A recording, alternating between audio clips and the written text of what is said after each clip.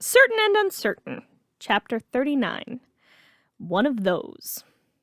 Playing keep away with an overly large egg containing a baby was never something Kevin counted on himself doing. But here they were, him, Gwen, and Ethan doing just that, to keep the Tiffan from the other people in the bar while Jen, still stuck as Wrath, worked her way through them. It didn't take too long for her to reach the Vriedels, who, for once in their lives, decided that it wasn't worth the fight and ran. Rhomboid even dropped his gun as Jen lunged at them, roaring knife-like claws on the back of her hands, leaving gouges in the floor. Ethan caught the egg as Gwen decked the last alien standing, and he crumpled. Kevin looked around. Only the food robots were still standing. Wrath had knocked Argent out. He couldn't really blame her, but he didn't envy his friend the headache he'd have when he woke up. Wrath demanded food from the robot, and Ethan rolled his eyes, telling her to get it to go.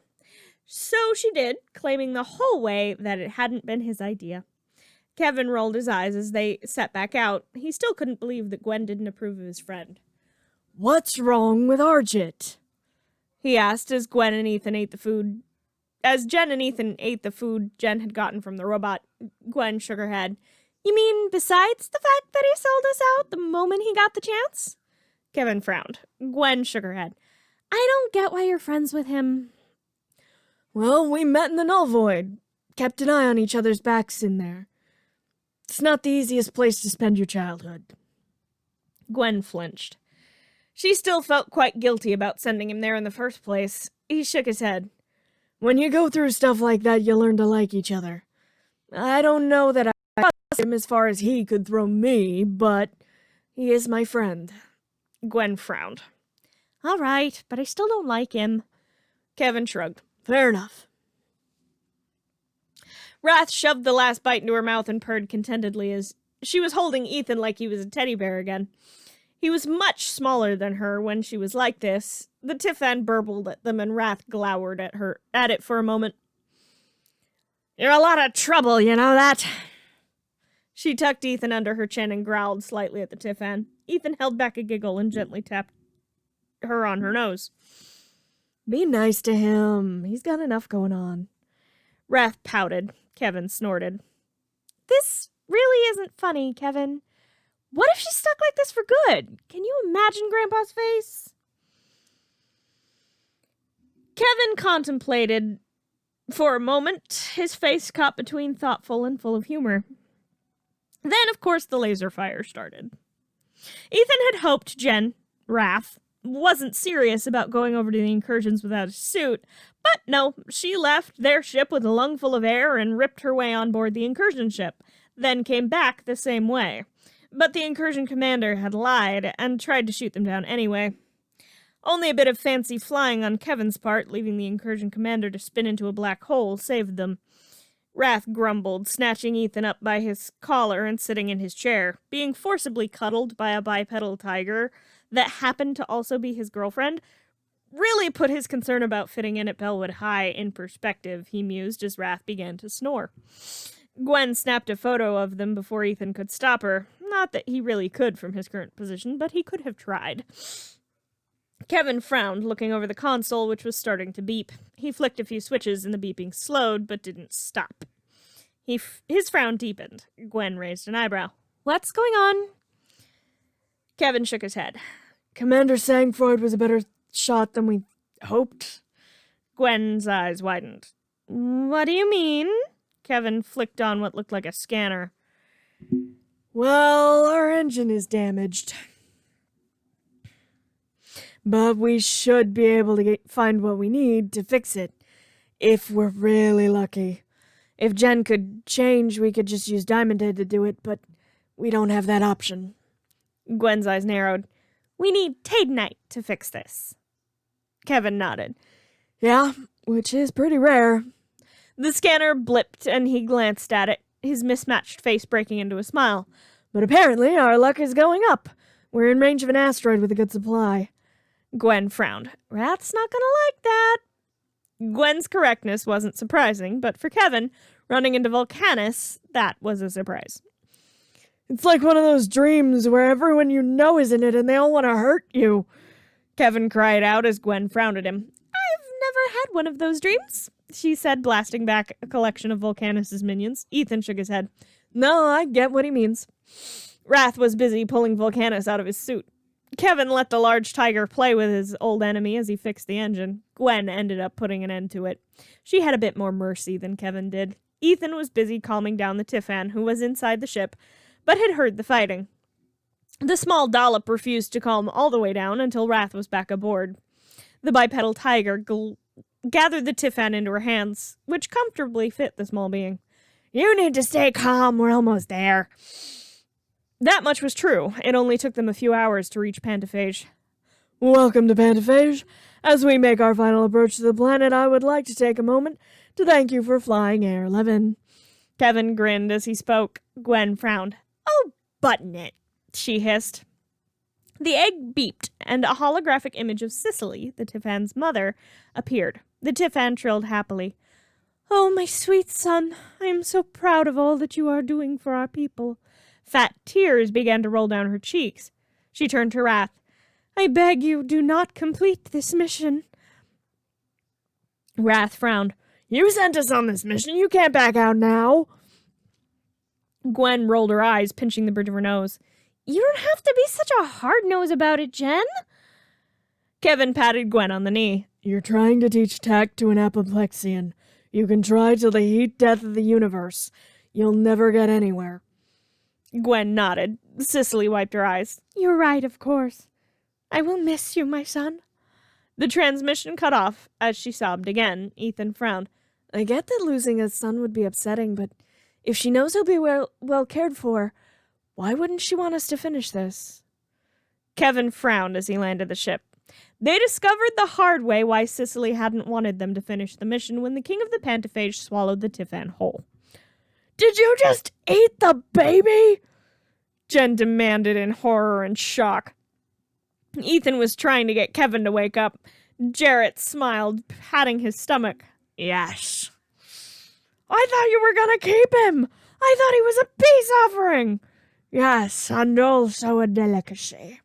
That's what a peace offering is on my world. Jen's growling shook the ground around her. Eating babies isn't cool. With that, Wrath leapt up onto Jarrett's face and forcefully yanked his mouth open before jumping down his throat. Ethan swallowed reflexively. This was the second time his girlfriend had leapt down an alien's throat. This time, though, she broke his teeth on the way back up. The Tiffan in her hands. Jarrett ran his tongue over his shattered teeth. Of course you know this will mean war. Jen growled again and handed the Tiffan to her cousin. Hold him. Gwen nodded. Jen leapt back onto Jarrett's face, grabbing him by the ears, claws digging into his skin. Let me tell you something, Jarrett of Pantophage. I just jumped down your throat. You start a war with the Lowodens, and I will do it again. But this time, I will knit your intestines into a sweater. Jarrett quivered and nodded. Jen growled at him again and leapt off his face. She growled at him one more time, and Jarrett stumbled back, tipping over his throne. Wrath smiled and took the Tiffan from Gwen. She looked down at him, and he burbled at her. She nodded. Yeah, I know, right? They left easily enough. No one wanted to mess with Wrath. When they got outside, a large egg-shaped ship floated down near theirs. It opened, a gangplank lowering from the material itself. Zwavinel came out of the ship first, followed behind by Cicely, who gasped at the sight of her son. My boy, alive, it's a miracle, she sobbed as the Tiffan flew into her arms. Wrath smiled, then scowled as Zwavinel stepped up to her. You have achieved peace for our world. Wrath raised the knife-like claw on the back of her hand, extending it towards him. He froze. Gwen swore under her breath. Did you know he was gonna eat the baby? Zwavinel stuttered. Well, I didn't know exactly. Cicely glared at the ambassador. Wrath growled, silencing the stuttering. Never speak to me again. She retracted the claw and growled again. Zwavinel cowered. Cicely smiled at her and bowed slightly. Thank you, Gen 10. My son is safe because of you. She nodded as she rested her chin on top of Ethan's head. Ethan smiled slightly, trying not to be grossed out that Wrath's fur was still slightly damp. Cicely glared at Suavino. Get back on the ship, sir. Suavino nodded. Gwen raised an eyebrow as the Llewellyn scrambled to obey. I sort of got the impression he was in charge. Cicely nodded. He was, until Gen 10 demanded no further interaction with him. He's failed in making an ally of her, and has lost his position as such. Wrath purred at that. Cicely bowed again. Thank you a million times, Gen 10. She nodded slightly as Cicely took her son back onto the ship. The Omnitrix symbol on Jen's chest crackled with energy as the door of the ship closed and green lights flashed. Jen stumbled away from Ethan, now several inches shorter than him again. Ethan seized her around the waist and steadied her. You're back! As soon as the Tiffan left, everything went back to normal. Gwen nodded as Ethan brushed Jen's hair out of her face. The baby must have been putting off some kind of interference that kept you as Wrath. Kevin grinned. Could be. Jen glared over Ethan's shoulder. Well, I didn't know exactly. Jen stepped around Ethan as Gwen glared at her boyfriend. Kevin? Jen spun the dial on the Omnitrix. Wrath has something to say to you. She slapped down the dial, and the now familiar orange fur reappeared as Ethan laughed. Let me tell you something, Kevin 11. Please don't.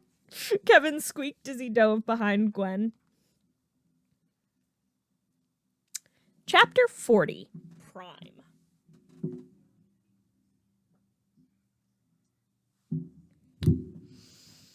School started off without a hitch. She and Ethan only had 2 classes together, but she and Julie had a few. All was well since the incident with the Technodon gauntlet. JT and Cash had been avoiding her, and she really didn't mind. She had her lunch on her own, though, at both Julie and Ethan in other classes. It gave her time to study up on Charmcaster's old magic book. What are you reading? Ethan rolled her eyes as she looked up at JT, who, as always, was followed closely by Cash. Nothing much. JT elbowed Cash, who rolled his eyes and sat down across from Jen. JT smiled and sat down next to him. Jen frowned. Can I help you? JT shrugged and elbowed Cash again. The darker-haired boy rubbed his side and turned to Jen. I'm sorry. Jen raised an eyebrow. Cash seemed to have said all he wanted to say, though. JT frowned and shook his head. He wanted to apologize. JT looked around, as if making sure no one was listening to them. We saw the coverage that went through with that fight with the squid guy. Scary stuff. You won, though, right? Jen stared. How did you know that was me? Cash rolled his eyes. Of course it was you. Same dorky symbol on all the aliens, same green eyes. And Gen 10, really? Jen rolled her eyes. I only had 10 originally. It wasn't supposed to be a play on my name. And yes, I won. I usually do. Cash looked her up and down. So all these years you've just been letting us win? She knew what he meant. When the teasing had gotten physical a few years back, they'd never beaten her up too badly, but she'd gone home with a few black eyes, mostly because she kept sticking up for other kids. Jen shrugged. Only since we were 11 or so. Besides, I don't use it for that. Look, no one can find out. Cash nodded. Yeah, I get that. No one's gonna find out from us, but thanks. For, saving the world. Jen grinned and nodded, biting into her sandwich. The rest of the lunch period, then the school day, went quite smoothly. So when Ethan grabbed her hand on the way out of the building and leaned down to whisper in her ear, she was hoping it wouldn't be a big alien thing. Kevin texted. Technodon robot outside of town. Jen nodded, a smile pulling at her lips. Life was going back to normal, as usual. Or at least that was her hope. It wasn't as though fighting these things was unusual. Ethan had his plasma cannon. Jen was pulling the casing apart magnetically as Lodestar so he could get some really good shots in. At least that was until the Omnitrix beeped plaintively and green lights flashed. Then she was back to herself and had to dodge as the Technodon fired at her. She tried to transform into Humongosaur. The Omnitrix beeped again. That function is unavailable. Omnitrix must return to Primus. What the hell is Primus? Jen demanded as she tried to scroll through her aliens, only to find out that they were all currently unavailable. She trusted the others to take care of the robot. She'd damaged it extensively as Lodestar. She was right that they were taking care of it as Ethan stepped over to her. What's going on? He asked as she twiddled with the dial on her watch. Jen shook her head. I have no idea. Omnitrix must return to Primus. The watch said again. Ethan frowned. Who's Primus? Jen shook her head as bright light bulged from the Omnitrix. She barely had time to cry out to Kevin and Gwen, who were blowing apart and smashing the last of the robot. They raced over to her as green light engulfed her and Ethan, a teleporter, according to Kevin. It was much too controlled to be another malfunction. It swallowed all four of them, leaving behind a crater in their place. Their landing was not everything they were hoping for, at least for three of them. Kevin landed on top of Ethan and Gwen atop the two boys. They all grunted in pain. The surface they'd landed on wasn't exactly soft by any measure. Ah! Metal elbow in my back! Kevin scrambled to get off Ethan and pulled himself back to his feet as he heard a much softer thump. Jen peeked down at them from the dense and soft-looking foliage of a brightly colored tree. Everybody okay? She asked from her spot in the tree. Gwen snorted. At least one of us had a soft landing. The redhead joked and reached out to pluck her cousin free from the leaves when the brunette's face went questioning, then vanished into the leaves with a surprised squeak. Gwen cried out in surprise as her cousin reappeared in the clutches of what looked like a gigantic silver wasp. Ethan, get ready to catch her! Gwen threw a solid disc at the wasp, and it flew through the thing's wings. Though the large insect didn't cry out in pain, it did release its cargo as it fell. Ethan lunged forward and was smacked solidly in the face by a branch as it moved to catch Jen. He stumbled back as she scrambled free from the leaves and frowned. What the actual hell? Are you okay? He nodded. The hit hadn't been bad enough to do much more than make him sore. His nose was intact, a fact Jen affirmed as she ran her fingers over his face. It was then that he noticed she was missing a shoe and her sock. He frowned at her bare foot. She glanced down at what he was looking at. Yeah, that wasp thing grabbed me by the foot. Gwen frowned. Are you just not wearing socks? Jen glared at her cousin. I didn't have any clean ones, okay? Can we focus on what's really important? She demanded as she pulled off her other shoe. Kevin raised an eyebrow. Better to run with no shoes than with one. Easier, anyway. Now, any ideas where we are? The Omnitrix has returned to Primus. The voice of the Omnitrix answered as a path opened to their left, away from the large sweeping river that was so multicolored and fast-moving it was impossible to pin down a single color. Jen stared down the path. I guess we go that way. With no other ideas, they set off, all keeping their eyes open for more of the large metallic wasps.